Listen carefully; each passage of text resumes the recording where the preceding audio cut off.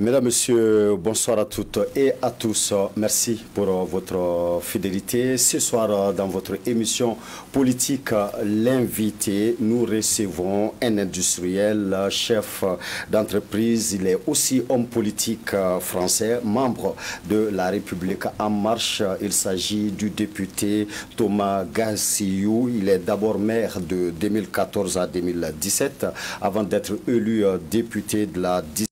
Un groupe à taille plus modeste, où vraiment on a la possibilité d'échanger et d'agir de manière plus souple. Est-ce qu'il vous arrive souvent de dire non à la position en fait, du groupe de la République En Marche? Alors, on a souvent des discussions assez houleuses. Par exemple, ces derniers jours, on a voté le projet de loi pour l'état d'urgence sanitaire. Le gouvernement nous a demandé des pouvoirs particuliers pour être en mesure de prendre des décisions très rapides dans le cadre de la crise sanitaire qui traverse notre pays.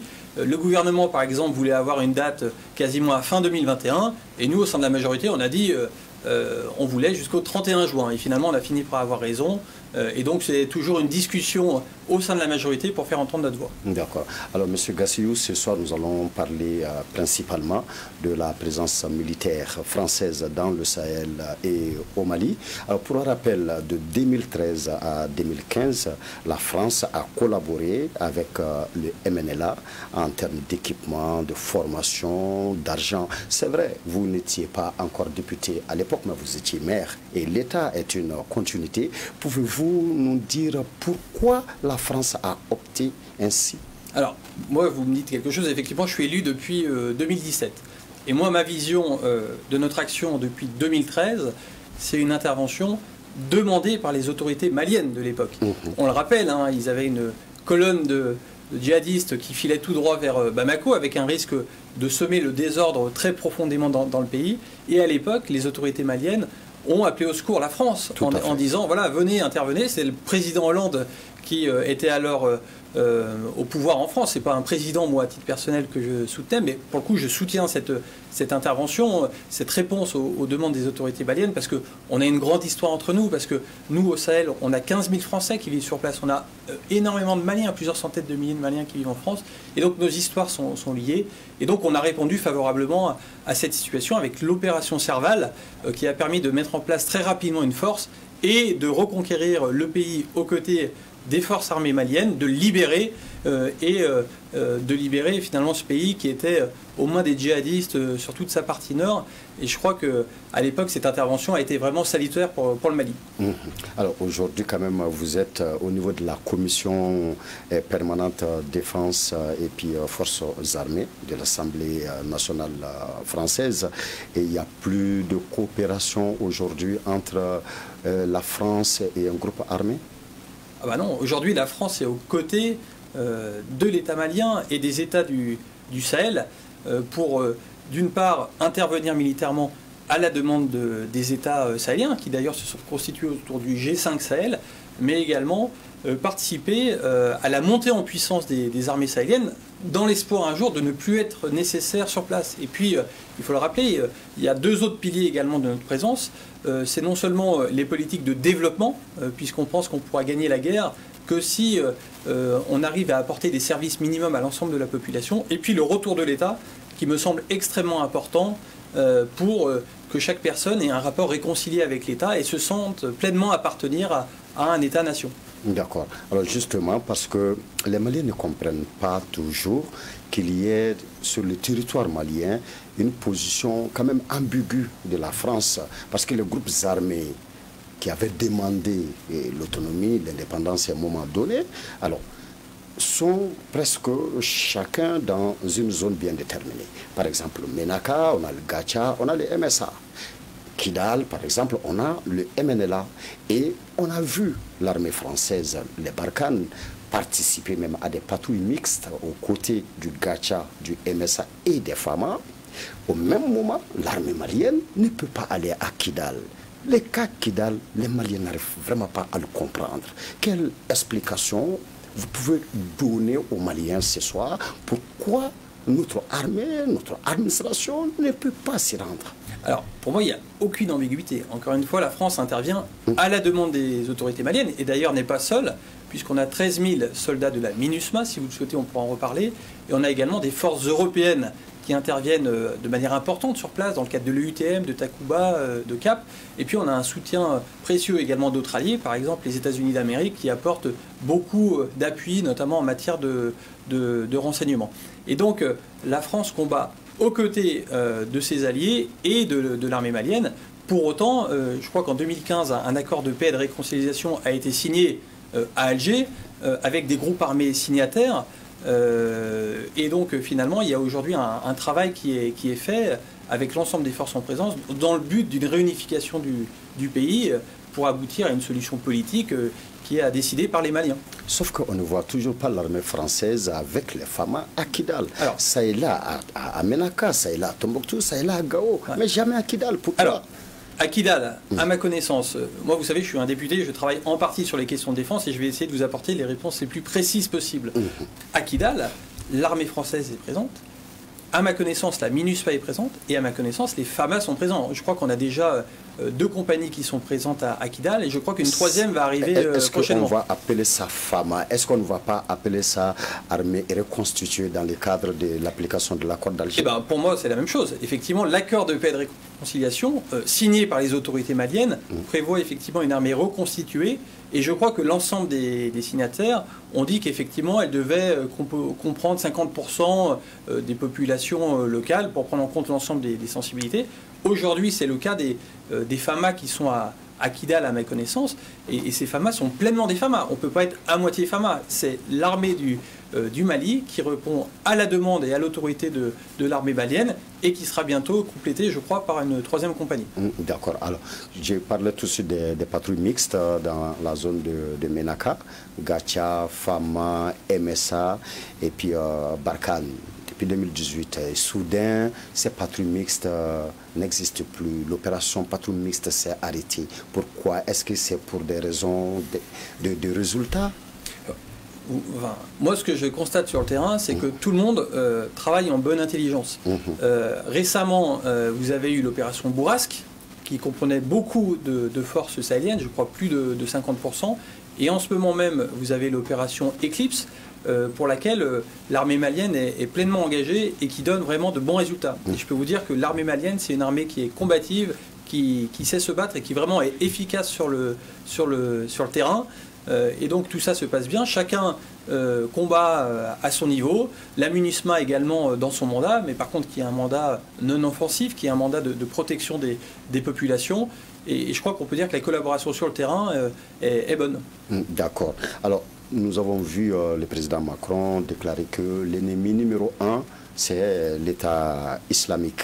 Mais par contre, nous avons vu Barkhane tuer plutôt des grands chefs d'Al-Qaïda et aucun chef de l'État islamique n'a pu être atteint par les Barkhane. Barkhane a tué Abdelmalik Droukdel vers Tessalit, Barkhane a tué Yahya Abou Al-Aman vers Tombouctou, mais aucun chef de l'État islamique. Comment vous expliquez cela? Vous dites que le président Macron a décidé. Ce qui se passe en réalité, c'est que le président Macron a invité ses homologues sahéliens, les 5 chefs d'État du Sahel, lors du sommet de Pau. Et c'est lors de ce sommet de Pau que les 6 chefs d'État ont décidé d'intensifier les efforts sur le IGS grâce à un renfort temporaire de 600 hommes de la France. Tout en maintenant la pression sur le RVIM grâce aux autres troupes présentes. Et moi, ce que je constate sur l'année 2020, mais je suis venu aussi à Bamako pour faire le point là-dessus, c'est que ces renforts temporaires ont porté leurs fruits. Aujourd'hui, le IGS est profondément affaibli, ses circuits logistiques sont affaiblis, et cette concentration dans la zone de 3 frontières a porté ses fruits. Et maintenant, l'ennemi EIGS est davantage à portée des forces sahéliennes. Et ce qu'on souhaite maintenant proposer aux Maliens, ce qui est en cours de discussion entre nous, c'est d'être davantage dans l'accompagnement pour dire on a réduit profondément le IGS et maintenant en vous accompagnant, vous allez être en mesure de tenir le terrain et de faire revenir l'État sur le terrain. Et cet accompagnement, il prendra forme notamment sous le nom de l'opération Takuba, où des éléments des forces spéciales européennes viendront accompagner les FAMA et les armées du G5 Sahel, la force conjointe, pour tenir ce terrain et résister. Et regardez bien quelque chose pour illustrer la progression de l'armée malienne. Il y a un an, vous avez eu une attaque à Boulikessi. Attaque dramatique pour l'armée malienne. Hein. Il y avait eu plusieurs dizaines de... Boulikessi et Mondoro. Tout à fait. Alors, voilà, Mondoro, c'est récemment... C'est fait dans la nuit du 29 au 30 septembre et ça a continué jusqu'au 1er octobre 2019. Voilà. Et cette armée... et aujourd'hui, encore, on apprend... Tout à fait. C'est pour ça que je vous en parlais. Il y a un an, attaque à Boulikessi. Attaque assez dramatique pour l'armée malienne, effectivement, qui a subi de nombreuses pertes à l'époque, je crois plusieurs dizaines de morts. Un an plus tard, attaque au même endroit avec les mêmes moyens, c'est-à-dire plusieurs dizaines de djihadistes. On m'a dit que 40 motos avaient été prises par l'armée malienne, et on sait que souvent les djihadistes sont plusieurs par moto, ce qui veut dire qu'ils étaient au moins 50 ou 100 à attaquer le même camp de Boulikessi. Réaction remarquable de l'armée malienne qui fait face, certes qui a eu... quelques morts, mais qui a fait face et qui a tenu la position et qui a mis les djihadistes en déroute. Donc regardez en un an la progression des FAMA. Il y a encore beaucoup de choses à faire. Cette armée a encore besoin de se reconstituer. C'est une armée qui doit se reconstruire alors qu'elle est en guerre. C'est vraiment pas facile, mais quand même il y a des progrès qui existent et on espère que prochainement cette armée sera en mesure de tenir le terrain grâce à un accompagnement pour peut-être un jour envisager le départ de Barkhane. Oui, le communiqué du chef d'état-major général de l'armée malienne parle effectivement de 4 morts à Boulikessi, 2 morts à Mondoro. Et dans ce communiqué, on salue la promptitude dans le renfort, de Barkhane. Ce qui n'a pas eu lieu en 2019, par exemple, au cas de l'attaque d'Indeliman. D'Indeliman, quand même, qui est un camp hyper stratégique, un camp qui a été fondé par Barkhane et par MINUSMA et attaqué peu avant midi. Et les renforts ne viennent que fin après-midi. Et faisant du coup 53-54 morts côté malien. Les cas a été complètement détruit, abandonné un bon moment. Comment vous pouvez expliquer cela? Parce que pour beaucoup de Maliens, cela est inexplicable avec tous les moyens dont dispose l'armée française, qui est 7 heures, 8 heures, voire 10 heures sans voir l'intervention. Non mais... Plusieurs choses. Déjà, les djihadistes sont des ennemis redoutables, hein, qui ont une technique d'attaque et qui, quand ils attaquent les camps, la première chose qu'ils visent, ce sont les postes de transmission, pour être en mesure de couper totalement les éléments locaux. Et donc, dans le cas d'espèces que vous citez, je pense qu'il faudrait regarder les choses de près, mais je suis à peu près persuadé que ça s'est passé ainsi, et que finalement, c'est un soldat, peut-être avec un téléphone au bout d'un certain temps, qui a réussi à donner l'alerte. Autre élément, allez-y. Le Sahel aujourd'hui c'est la taille de l'Europe. Nous notre chasse est à Niamey et à N'Djamena. Même pour venir avec un avion de chasse, encore quand ceux-ci sont disponibles, il faut quand même un certain temps. Donc c'est ce qui peut expliquer un délai, puisque nos avions de chasse servent parfois à d'autres missions et vous ne pouvez pas, le temps qu'ils arrivent, ça prend parfois un certain temps. En 2020, je crois qu'il y a eu de réels efforts suite au sommet de Pau pour essayer de mieux coordonner l'ensemble des armées. Les FAMA au Mali, mais les autres forces armées dans les autres pays, les forces du G5 Sahel et notamment Barkhane, sans compter la MINUSMA, etc. C'est pas simple de faire travailler tout le monde. Hein. Des fois, on est dans des langues différentes, on est dans des modes opératoires différents. Et je peux vous dire qu'en 2020, il y a eu des réels progrès là-dessus. D'où le succès récemment de l'opération Bourrasque et de l'opération Eclipse, où on a vu vraiment chacun collaborer ensemble et avoir des véritables résultats sur le plan tactique. D'accord. Et pourriez-vous nous parler un peu de Takuba? Vous aviez commencé. Quels vont être les rapports entre Takuba et Barkhane sur le terrain? Alors, comment les choses vont se passer? Alors, Takuba, l'idée, c'est d'accompagner les soldats maliens au combat, de leur proposer encore une fois. Puisqu'on a remarqué souvent qu'il ne manquait pas grand-chose, souvent pour l'emporter. Peut-être ce qui s'est passé entre Boulikessi il y a un an et Boulikessi encore la nuit dernière, c'est simplement la réaction des premières secondes. Quand vous avez 100 personnes qui vous foncent dessus armées, vous pouvez avoir un sentiment de sidération et partir si vous n'êtes pas bien préparé psychologiquement. Simplement le fait d'avoir confiance en soi et de dire ces djihadistes, on va leur tenir, on est organisé, ça change tout.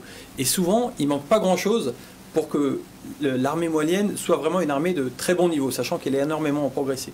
Et donc le but de Takuba, c'est d'avoir des éléments des forces spéciales donc, insérés au sein des armées sahéliennes, et notamment de l'armée malienne, pour l'accompagner au combat et aussi être en mesure d'avoir une collaboration plus fine avec les forces aériennes. Puisque quand on veut par exemple faire des frappes depuis les airs, ça demande quand même une technicité assez fine pour guider la cible.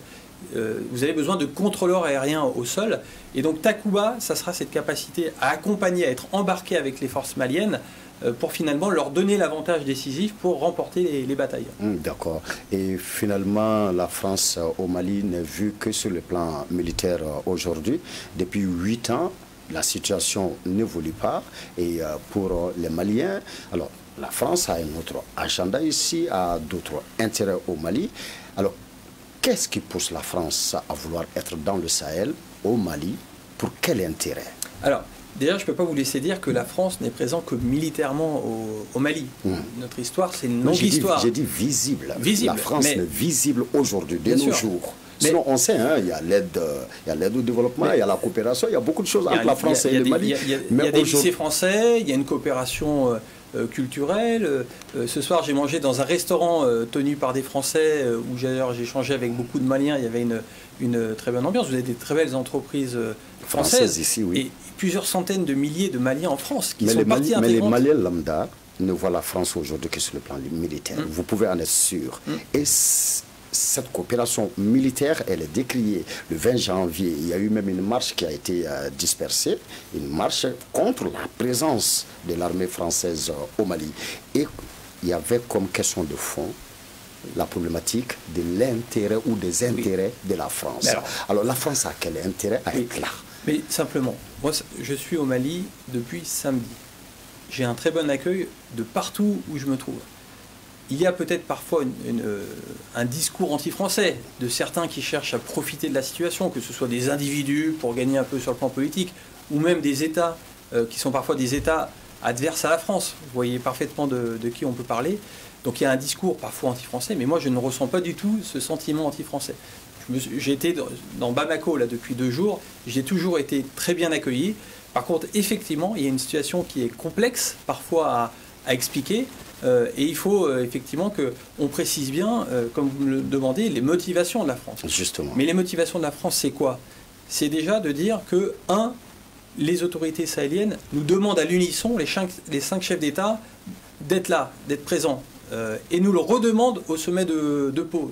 Ils ont réaffirmé la demande auprès des autorités françaises.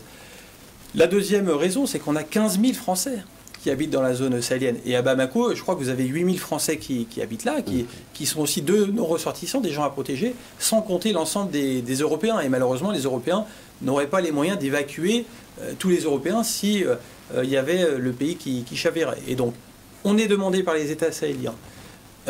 On a 15 000 Français sur la zone et beaucoup plus d'Européens. Et enfin, on a une amitié historique entre la France et les pays sahéliens. Voilà, la France a une certaine responsabilité sur zone. Et donc, quand on nous appelle à l'aide, on vient. D'accord. Alors, cette situation n'est pas qu'au Mali seulement, M. Gassiyou. Au sein de l'hémicycle, chez vous, il y a les débats par rapport au retrait des forces françaises du Sahel dans l'opinion nationale française.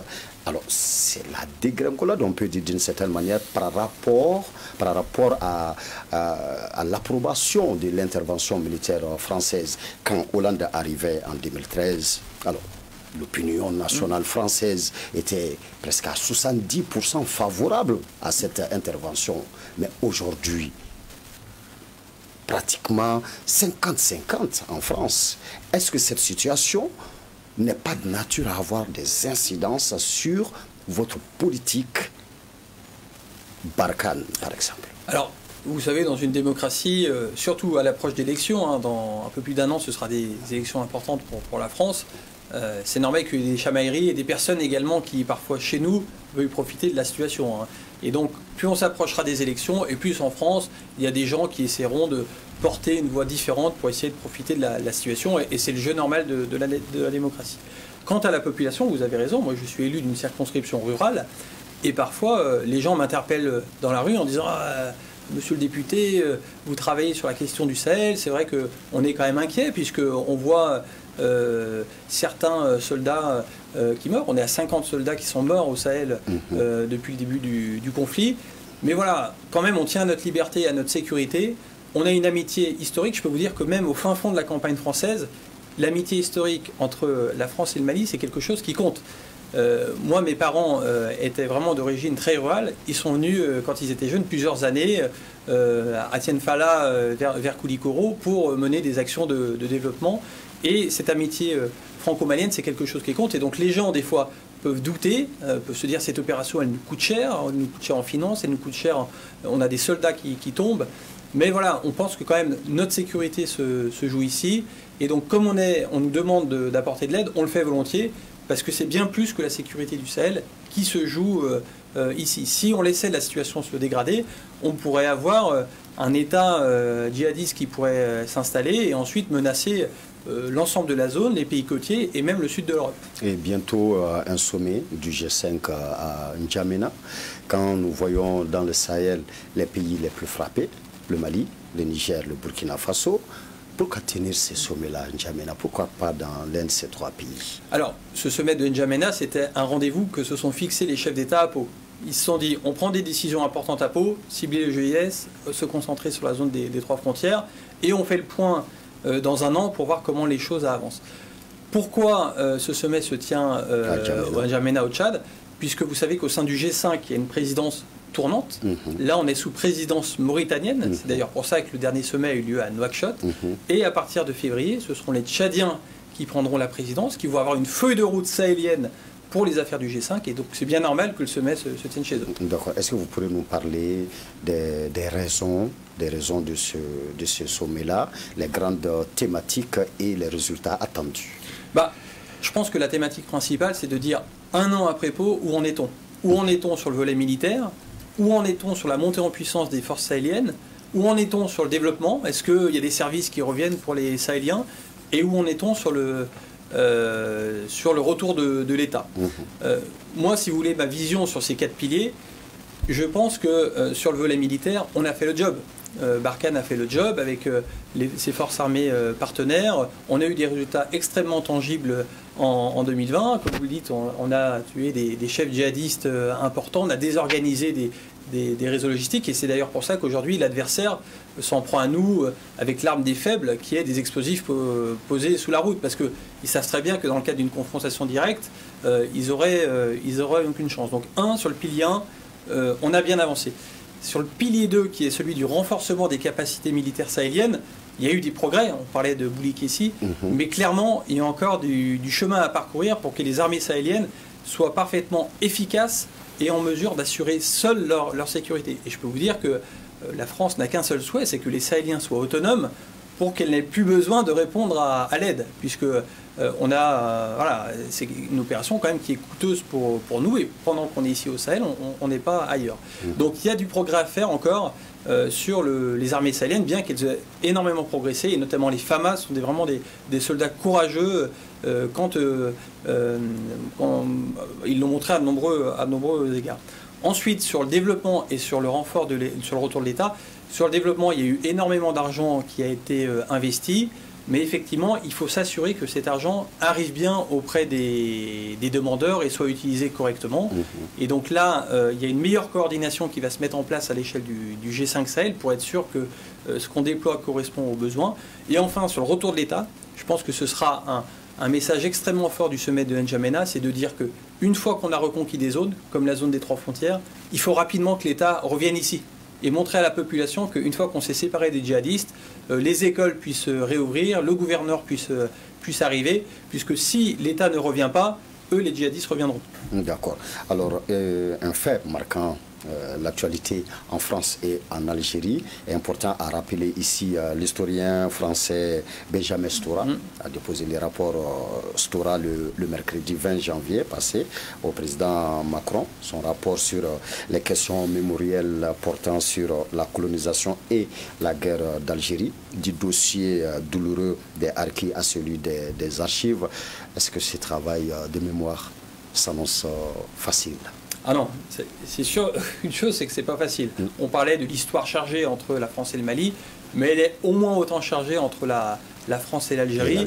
Et effectivement, on a un passé mémoriel commun qui est parfois douloureux. Hein. C'est comme un vieux couple, hein. Vous avez parfois des hauts et des bas. Et c'est pour ça qu'à un moment donné, il est important que les historiens fassent le travail pour qu'on puisse mieux vivre ensemble et assumer tous ce passé qu'on a en commun pour construire un avenir ensemble. Est-ce qu'on peut dire que la France et l'Algérie sont des nations véritablement amies? Bien sûr. On est des nations amies qui avons une longue histoire ensemble et effectivement, les vieilles histoires qu'on a viennent parfois ressurgir. C'est comme dans une famille. Hein.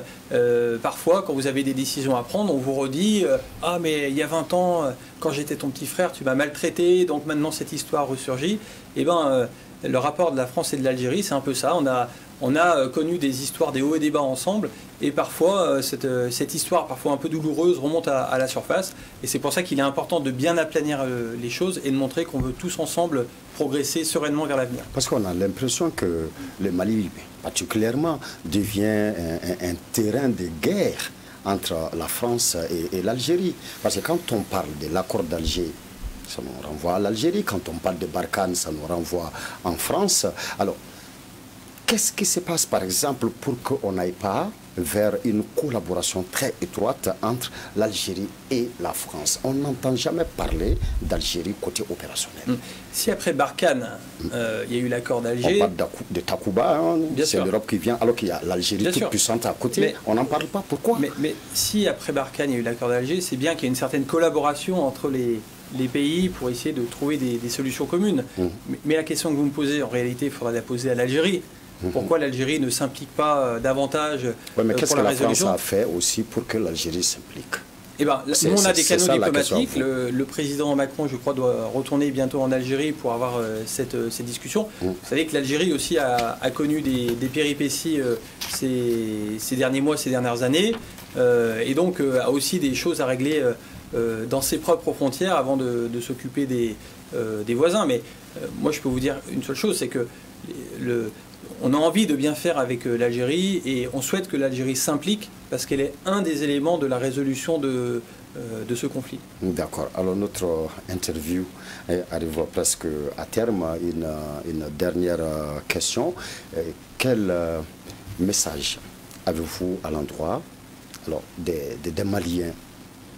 Quel message avez-vous à l'endroit des Maliens pour qu'ils puissent voir la France autrement? Alors, ce que je voudrais leur dire aux Maliens, déjà, c'est les remercier pour leur accueil. Parce que moi, ça fait la 3e fois que je viens au Mali, et à chaque fois, je suis très bien accueilli, et je trouve des personnes avec qui je trouve que le Malien a une capacité d'accueil qui est extrêmement importante, et donc je voudrais déjà les remercier. Et dire aux Maliens également qu'ils ont un très beau pays, qu'il y a des ressources, qui est en mesure de nourrir sa population. Le Niger, c'est une grande ressource. Alors certes, le Mali est un pays enclavé, n'a pas accès à la côte, mais c'est un petit handicap. Mais le Mali a tellement d'autres ressources. Et donc, moi, ce que je souhaiterais, c'est que finalement, le Mali soit en mesure de retrouver la concorde pour bâtir la paix et le développement. Et la France sera toujours à ses côtés pour l'aider à surmonter toutes ces difficultés et bâtir un avenir tous ensemble, parce que notre destin vraiment est lié. D'accord. Monsieur Gassioud, merci. Merci d'avoir répondu à notre invitation et merci à vous d'avoir répondu à nos questions.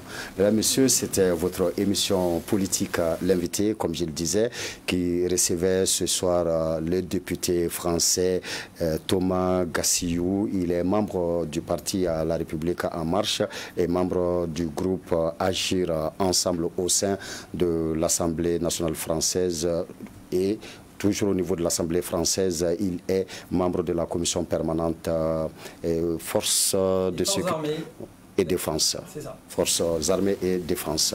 Alors, mesdames, messieurs, merci à toutes et à tous de nous avoir suivis.